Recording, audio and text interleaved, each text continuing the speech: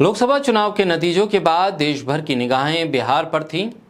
सत्ता पक्ष हो या फिर विपक्ष, हर कोई बिहार के सीएम नीतीश कुमार के कम बैक की न केवल तारीफ कर रहा था बल्कि उन्हें अपने पाले में लाने की तैयारी भी शुरू कर दी गई थी। नीतीश कुमार अपने वादे पर अडिग रहे, वो एनडीए के साथ रहे। दिल्ली में नतीजे आने के बाद शपथ पर डटे रहे। अब शपथ के बाद एक बार फिर से बयानबाजी का दौर शुरू हो गया है। बिहार के सीएम नीतीश कुमार को लेकर बीजेपी नेताओं के बयान कैसे बदलने लगे हैं, इसे समझने के लिए आपको ये दो बयान जरूरी देखने चाहिए, सुनने चाहिए और पढ़ने चाहिए। 5 जून 2024 को बीजेपी के प्रदेश अध्यक्ष और बिहार के उप मुख्यमंत्री सम्राट चौधरी कह रहे थे कि हम 2025 का चुनाव नीतीश कुमार के नेतृत्व में लड़ेंगे। वो बिहार के नेता हैं। 1996 से हम उनके नेतृत्व में चुनाव लड़ रहे हैं। फिर मोदी कैबिनेट का शपथ ग्रहण हुआ। नरेंद्र मोदी ने तीसरी बार प्रधानमंत्री पद की शपथ ली। उसके बाद उसके अगले दिन 10 जून 2024 को एक बयान और आता है। 10 जून 2024 को बिहार के दूसरे उप मुख्यमंत्री विजय सिन्हा कहते हैं कि बिहार में न कोई किंग है न कोई किंग मेकर, सभी जनता से मिले जनादेश पर राष्ट्र के विकास के लिए तैयार। नीतीश कुमार पर यह सीधे तौर पर बयान था क्योंकि नीतीश कुमार केंद्र की बीजेपी सरकार में किंग मेकर की भूमिका में है। न सिर्फ नीतीश कुमार बल्कि टीडीपी चंद्रबाबू नायडू भी किंग मेकर की भूमिका में हैं। अगर वो आज पलट जाएं, मोदी सरकार उसी वक्त गिर जाएगी। नीतीश कुमार को लेकर सिर्फ 5 दिन में बिहार बीजेपी के नेताओं के बदलते बयान ये बता रहे हैं कि नीतीश कुमार की सियासत को किस तरह से खत्म करने की तैयारी शुरू कर दी है बीजेपी ने। बीजेपी ने अगले विधानसभा चुनाव में अपने दम पर इस पूरे चुनाव को ले जाने की तैयारी शुरू कर दी है। बीजेपी को लग ये रहा है कि तीसरी बार नरेंद्र मोदी ने शपथ ली है। अब नरेंद्र मोदी के नाम के सहारे, तीसरी बार शपथ के सहारे वो बिहार में जनादेश को हासिल कर लेंगे और नीतीश कुमार की जरूरत को खत्म कर देंगे।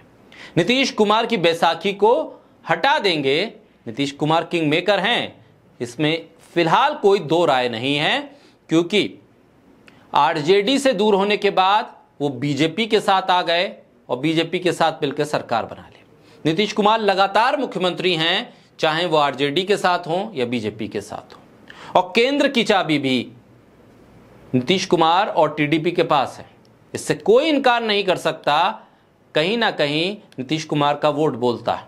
महिलाओं का जो वोट मिला है वो नीतीश कुमार के बदौलत ही मिला है। ऐसे में नीतीश कुमार को नाराज करने के पीछे वजह क्या है? क्या बीजेपी को लग रहा है कि नीतीश कुमार की मजबूरी है कि मोदी सरकार को वो सपोर्ट करते रहें? केसी त्यागी के बयान को आप देखिए तो केसी त्यागी ये कहते हैं कि हमें तो इंडिया गठबंधन से पीएम पद का ऑफर मिला था लेकिन हमने मना कर दिया।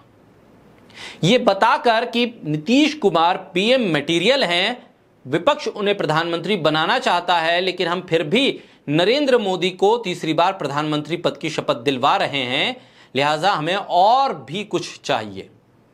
और भी कुछ के नजरिए से अगर देखें तो बिहार में नीतीश कुमार की कुर्सी सेफ रहे, वो लगातार मुख्यमंत्री की कुर्सी पर काबिज रहें, ये जेडीयू जरूर चाहता है। और केंद्र की कैबिनेट में भी जेडीयू को यह उम्मीद है कि उसके नेताओं को, उसके सांसदों को तवज्जो दी जाए।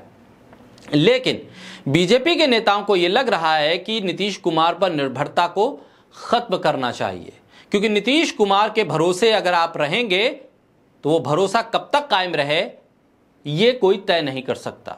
नीतीश कुमार अगर कल अपने दिए गए वादे से या राजनीतिक तौर पर लिए गए फैसलों से पलटते हैं तो फिर बिहार में बीजेपी के लिए एक संकट खड़ा हो जाएगा। साथ ही केंद्र की बीजेपी की सरकार भी हिचकोले लेने लगेगी। इसलिए नीतीश कुमार की बैसाखी को हटाने की तैयारी में बीजेपी लगी हुई है और बीजेपी को लगता है कि बिहार की सियासत में नीतीश कुमार के तेवर को कम करने की जरूरत है। इसीलिए शपथ से पहले एक उप मुख्यमंत्री नीतीश कुमार को अपना नेता मानते हैं, तो वहीं शपथ के अगले दिन दूसरे उप मुख्यमंत्री बीजेपी के नेता नीतीश कुमार को किंग या किंग मेकर मानने से इनकार कर देते हैं।